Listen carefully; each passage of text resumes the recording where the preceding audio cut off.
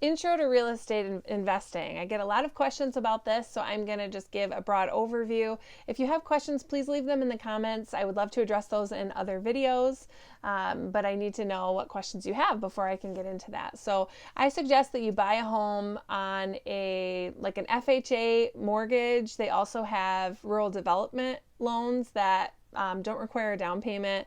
If you're a veteran, they have VA loans with no down payment, but the FHA is usually going to be your best bet in as far as credit needed to get in and lower down payment, so 3 to 5% down.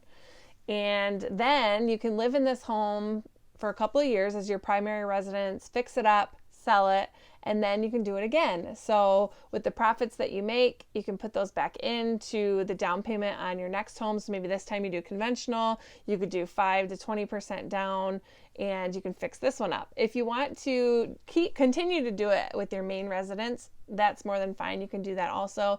Me personally, I don't like living in a home that I have to fix up. So I only did that the first few times out of necessity. And then after that, I did it on a second home. So my current situation, I actually rent right now. That makes more sense for me. Sometimes it doesn't, but in my situation, it's cheaper. And when you rent, you're not going to be spending money on repairs. You're not going to be concerned with upgrading your home. So in the long run, I find that I spend a lot less when I rent.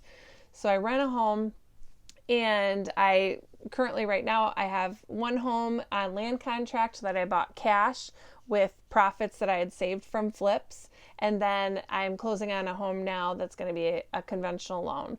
So real estate investing can be slower unless you're doing fix and flips. So I did that for a while, but now my focus is land contracts and rentals, and then having one flipper on the side. So in a flip home, you got big money in, big money out. You have to work with your taxes and write-offs and things like that and be smart. So I like to have one of those in the cooker, but then I also like passive income. Who doesn't? Because with each rental I get, depending on if I have a loan on the house or not, I get anywhere from, let's say, $300 to $900 in my pocket for each one of those homes. So that's passive income. Yes, of course, I have to, talk with my renters. I have to do repairs. I have to send contractors out sometimes, but pretty much it's passive. And the biggest drawback I would say to real estate investing is that it is a nail biter. So you're obviously talking about a lot of money.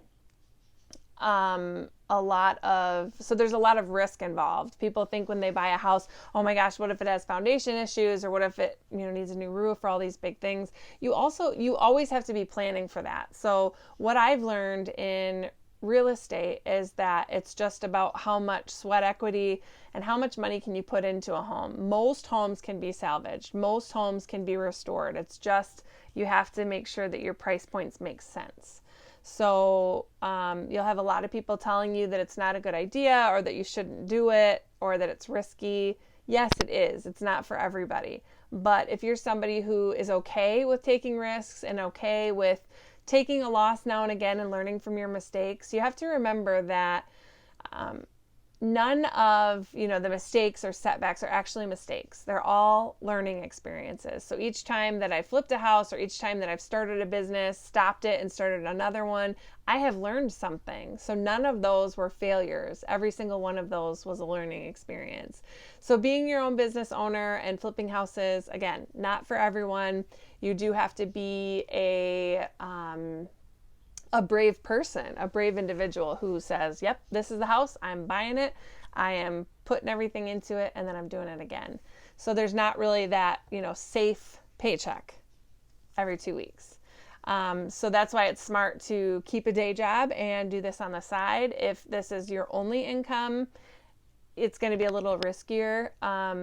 Eventually it might not feel so risky when you've got 10 rentals and a couple flippers. Yeah, you're probably going to be making so much money that it's not risky. If you have to evict somebody, or a rent payment doesn't come in, or something's more expensive on a house than you planned for, then at that point it's okay because you have the assets to back it up. So it's important to have savings for all of these things, so you're never caught in a situation where you can't pay for something. And having good credit is really, really important.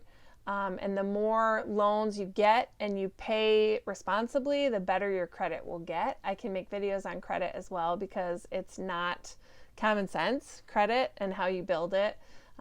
There's a specific way that they allow more credit or that they boost your credit score, and I've had a lot of experience personally with that, and kind of playing with poor credit and how to get it up and things like that. So yeah, I hope that you learned something today. Comment below, let me know what you learned.